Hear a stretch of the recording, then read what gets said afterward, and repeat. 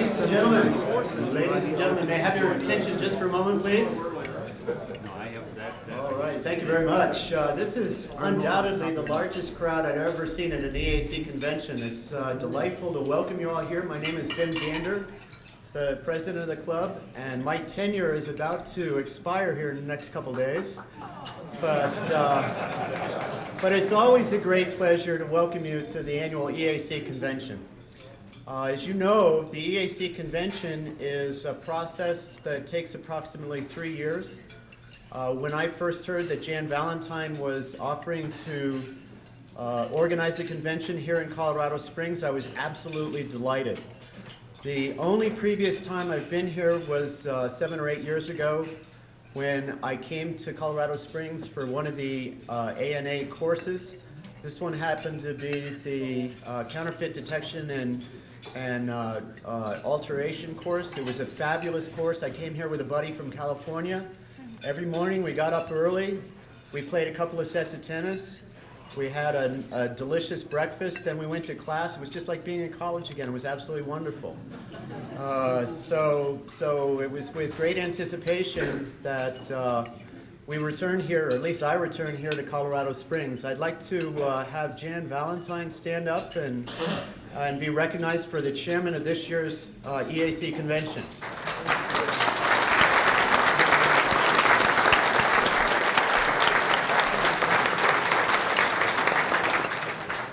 Thank you, Jan. The board's chairman this year is Dan Trudell, a very old friend of mine. And Dan managed to get the bourse organized even though he lives in Durango, which is about 3 hours from here. His task this year, or his results so far this year, are simply amazing. We were able to get in 24 hours earlier than usual, and so the bourse was all set and ready to go about midday yesterday, which is a great assist in moving things on. So I'd like to invite Dan up just for a moment to welcome you to this wonderful state of Colorado.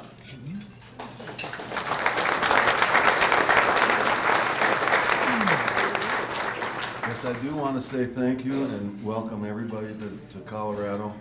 After almost 30 years in this club, I finally got all you guys here. And I'm just curious, how many folks here are from Colorado? Oh, nice. Nice showing. All right. That's great. We need to have a Colorado chapter of this club, if you ask me.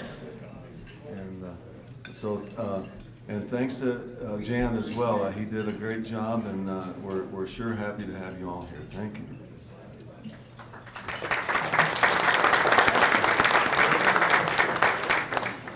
You know, one of the big attractions for having the EAC convention in Colorado Springs is that the ANA is here. I had the opportunity to go to the museum today with Del Bland and a couple of other close friends of mine. And the museum is really terrific. We have a trip planned. I believe it's tomorrow. Is that correct, Jan? Yes. Tomorrow there will be buses going on a regular basis to the ANA. And so I would encourage all of you to work into your schedules tomorrow the possibility of going on one of those bus rides over to the ANA.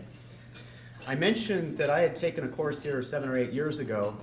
Our own Doug Bird and Steve Carr offer a course every single year, and I wanted to let you know that if you're at the ANA, there is the course catalog available for you already. And the class that they will be teaching is a total immersion in early American copper, and it's a terrific opportunity, just like this one is, to just get totally involved. They are superb experts. The classes are wonderful. It's a college campus kind of atmosphere, so if you have any inclination to come back to Colorado Springs, I would highly recommend that course.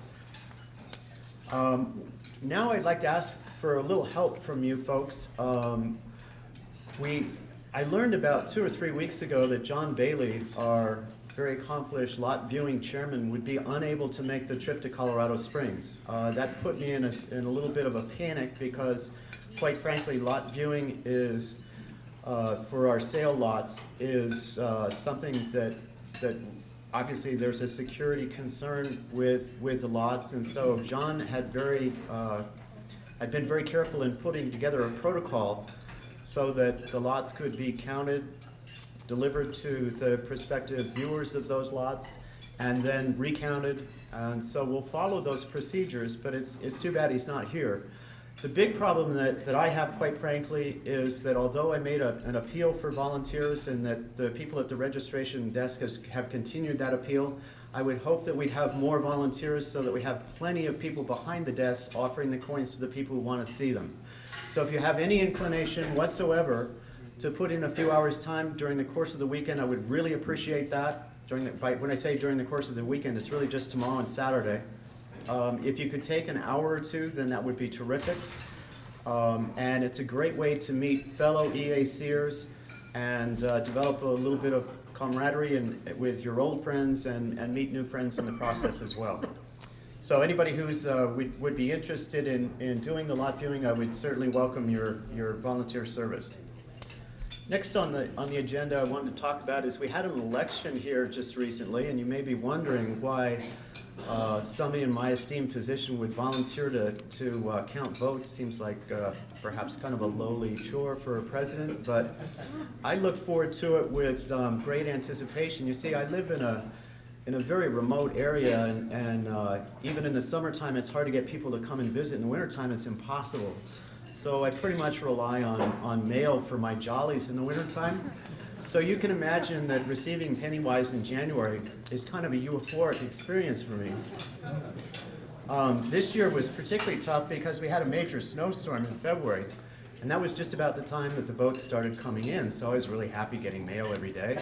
And some of you people were very nice to write little notes to me as you cast your ballots, and so that was somewhat amusing and very enjoyable, to be honest with you. But, you know, my location is as I say, so remote that, you know, some of my friends in California call me the Unibimmer. And I would hope that that's the only coincidental thing that I have in common with Ted Kaczynski. But anyway, the votes were coming in regularly. And I was very pleased that in spite of the fact that many of our elections are uncontested, we had well over 250 votes. So I would imagine that most of the people who are in this room did cast their votes, and I very much appreciate that because that represents a tremendous interest in this club. And the fact that so many of you are here in Colorado Springs for this convention is very encouraging as well. With that election, I don't want to go through every single election that took place, but we do have two important new members on the Board of Governors, and I'm kind of sad that after the next couple of days I'm not going to be on that board anymore, because this is the first time that we've ever had two women on our Board of Governors. The first winner, thank you. The first winner of one of the national offices is Emily Matuska. Emily, would you stand?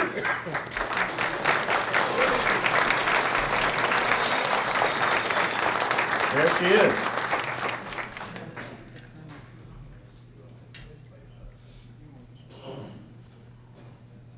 I'm trying to read the note I just got. It's from Steve. Maybe I'll have him come up and speak in just a moment. But anyway, getting back to Emily for just a moment, she received more votes than anybody else on the slate.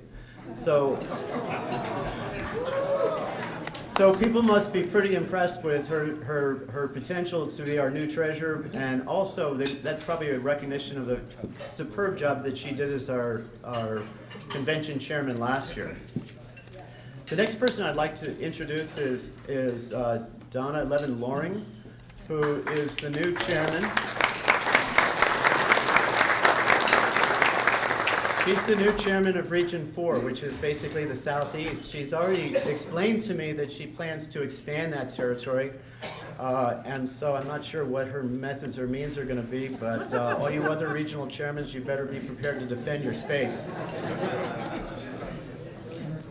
Okay, last but not least, I'd like to mention the grading guide.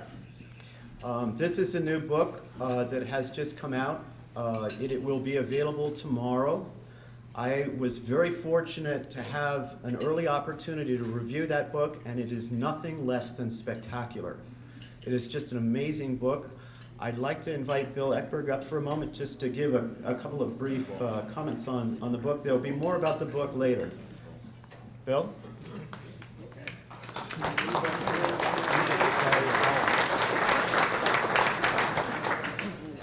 if I have to get up here, then Ray Williams and Bob Fagle. I don't know where Bob is sitting, but I know he's here. Bob, where are you? Bob is down there. Ray is right here. Stand up. They're co-authors with me on it, and Dennis Foose, the fourth author isn't going to be here till tomorrow night or Saturday. He had to work. I know it's terrible, but just to give you the 30-second version, what we decided to do with this was sort of reverse engineer a grading guide. We started with coins that have been graded by Mark Borchardt at Heritage, or Bob Grellman for Goldberg's. We took a bunch of images of coins at various grades, and stacks, I'm sorry, for the colonials particularly from stacks. We took a lot of images. We tried to figure out what makes this 40 coin better than that 30 coin and not quite as nice as that 50 coin. And once we're very comfortable with how these grades could be discriminated, then we chose images that best represented the grades. So as I said, we didn't start with, this is a 50 coin, this is going in the book. We started with what makes a 50 coin and then went that way. So we kind of reverse engineered it, and I think it worked out very well. I do have to say, and after this I'm going to sit down, but we'll talk more about it tomorrow. But I think that someone today inadvertently picked up one of the presentation copies that was supposed to go to the auction houses that provided the images for us and the people that did the original grading. I suspect that someone inadvertently picked it up thinking it was a regular copy and that he wasn't, he just wanted it today rather than tomorrow. If that person is here, please return it to us tomorrow morning so it can be presented. No questions will be asked, okay? But we would very much like to have that back so that it can be given to the person who deserves it. And other than that, we're going to release it at, I think, 10 o'clock tomorrow? 10 o'clock tomorrow, and all four of us, or three of us, will talk about it, and we'll be around to sign copies all weekend. And I hope that you're as happy with this as we are, because we really think it came out pretty darn good, okay?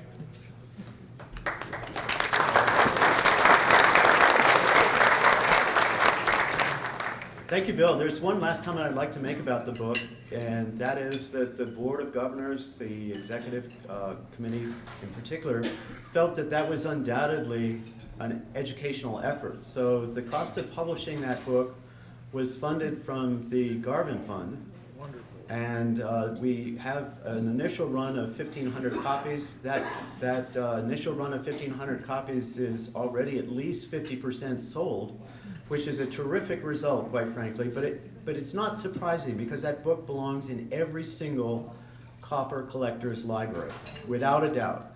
So with that happy result, Chuck Heck, the soon-to-be former treasurer of EAC, advises me that we're very close to break even already, which means that any books beyond the 750 or 780, whatever it happens to be, depending on how the weighted average pricing turns out to be, will get us not only a return of all the Garvin money that was used to fund the publishing of that book, but it will begin to return positive profits to the Garvin Fund, which means that the Garvin Fund will be ever bigger than it was before. So I think that is just an absolutely fabulous result, and it speaks to the generosity of the authors to provide all of the proceeds of the book sales to the club. Thank you very much.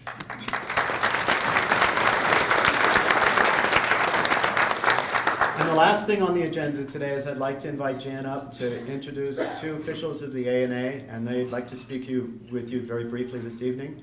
And then after that, I welcome you to the convention and enjoy the show. Thank you.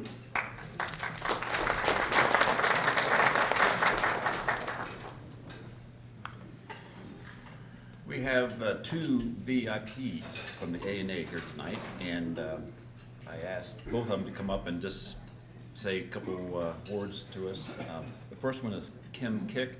She's the executive director of the ANA, and after her, I've asked Doug Mudd a curator at the ANA just to say a few words and welcome us all over to the ANA tomorrow. Hello, everyone. Welcome to Colorado Springs, home of ANA headquarters.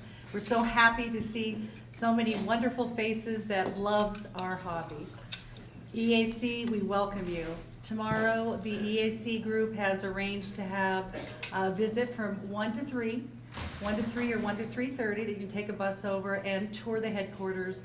We have some fun things to show you from our museum collection. We welcome you all, and we hope you have a fabulous show, a successful show. Thank you.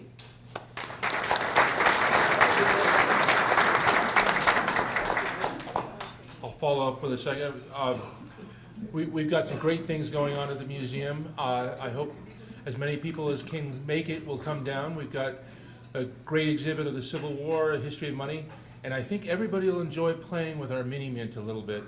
You can see how tokens are made using the same technology as was used to make the little pieces of copper that we love so well. So come and enjoy. It should be a lot of fun. Thank you.